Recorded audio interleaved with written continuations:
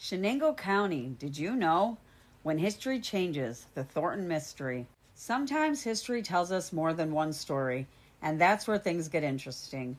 In 1888, an account of the mysterious disappearance of William Thornton was published, based on memories of events said to have happened in the 1840s. It's detailed, dramatic, and passed down through time. But over 100 years later, in 1982, writer Daniel Spilsbury revisited this story using historical records and came to a slightly different conclusion.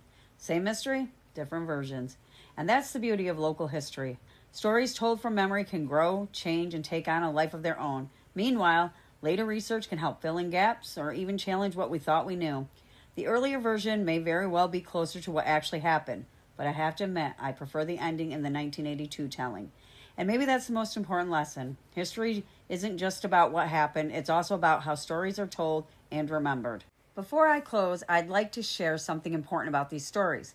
I'll be sharing both versions of this mystery so you can see the history for yourself, but also because it's a reminder that history isn't always perfect. As historians, we do our best to research carefully and share accurate information. But sometimes we can only work with what has been recorded, and those records can be incomplete or even conflicting.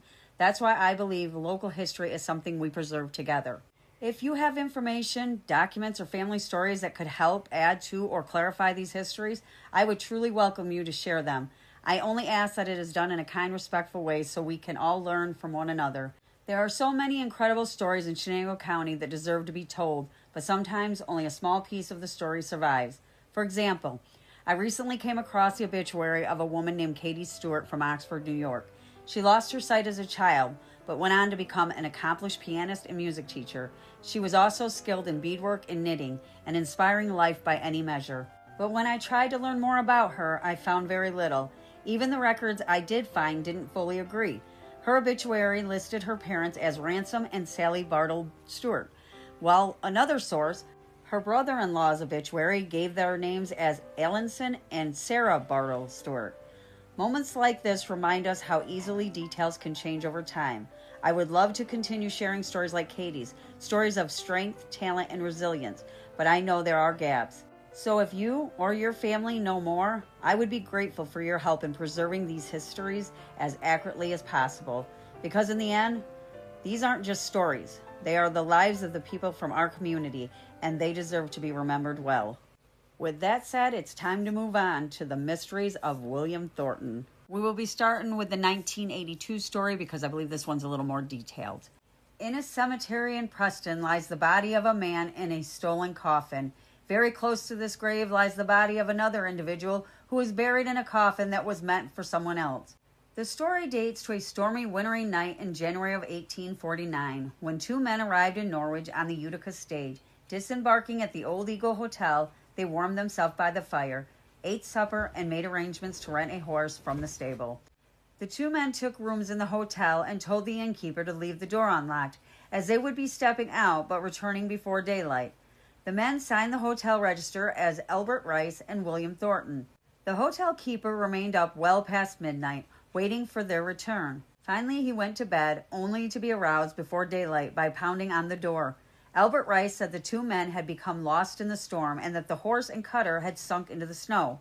The sleigh had tipped over and both had fallen out. Rice testified that he was able to cling to the sleigh while the horse fought its way out of the snow, but that Thornton had dropped out of sight into the snow in what apparently was a gully. An old hermit living nearby heard the cries and went to help them. Thornton had disappeared into 20 feet of snow, and the hole had already been filled in. Rice warmed himself in the hermit's shack and then left for Norwich to seek help. Believing that Thornton's body would not be recoverable until the snow melted in the spring, Rice left money with the hermit to take care of the body. He also agreed to send a coffin to put the body in.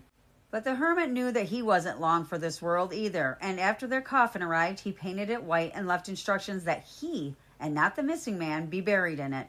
He died soon afterwards and was in fact buried in the coffin meant for Thornton.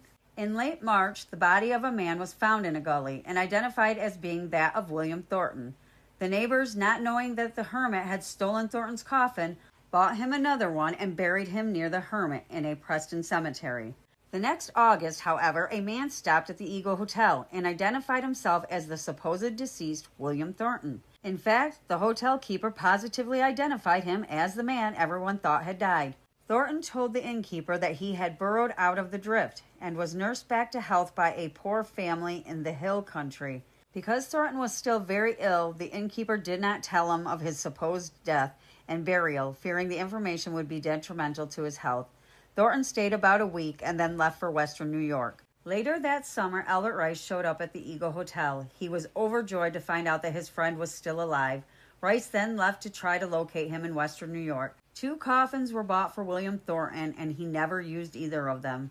No one ever discovered the identity of the man who is buried near the hermit. His identity will doubtless remain a secret forever. Now on to the 1888 article. And as you'll hear, there was even discrepancies back in the earlier articles. Editor's Telegraph. Sirs, in the last issue of the Telegraph, I was deeply interested in an article entitled A Strange Catastrophe. Being myself a resident of Norwich and now 90 years of age, and having kept a careful memoranda of all the important events which have occurred in this county during my long residence, I trust you will accord me the privilege of correcting Mr. Walters' bad memory for dates. Mr. Walters, being an old friend of mine, after again searching his memory, will find that my dates are correct. He is right in saying that the disappearance of Thornton occurred just 50 years ago, but it was not in 1849.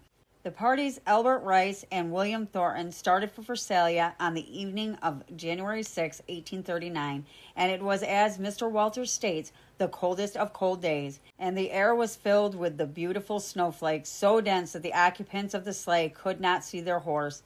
After several hours of hardships, they succeeded in working their way through the blizzard as far as the hill just west of Preston Corners, where the snow had drifted some 19 feet deep, and it was at this place where the sleigh overturned and Thornton precipitated into the drift. The snow was very light, and in his struggle to extricate himself, he was plunged deeper and deeper and finally sank from sight under 19 foot of snow.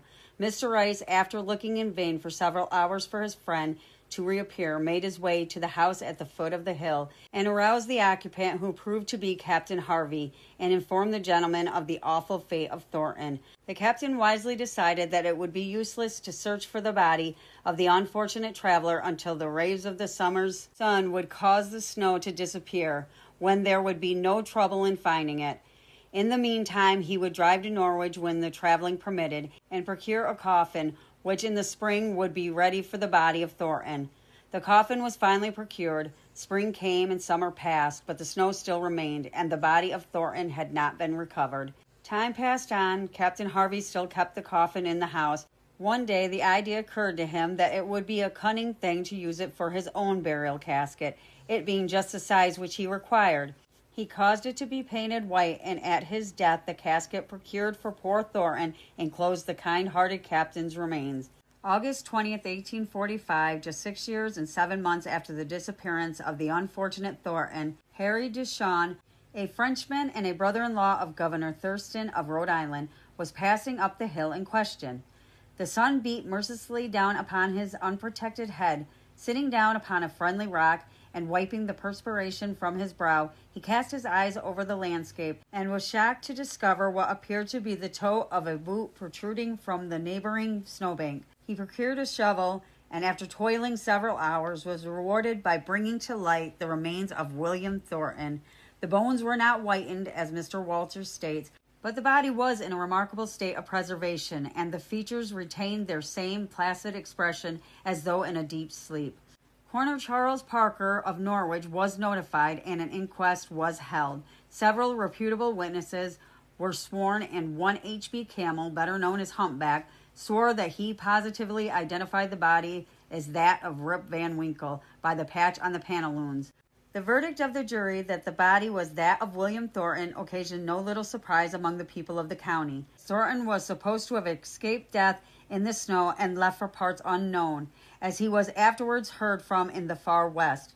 Doubtless some incredulous people will fail to credit this story, but may have the facts verified from memoranda made at the time by calling at any time upon the old settler.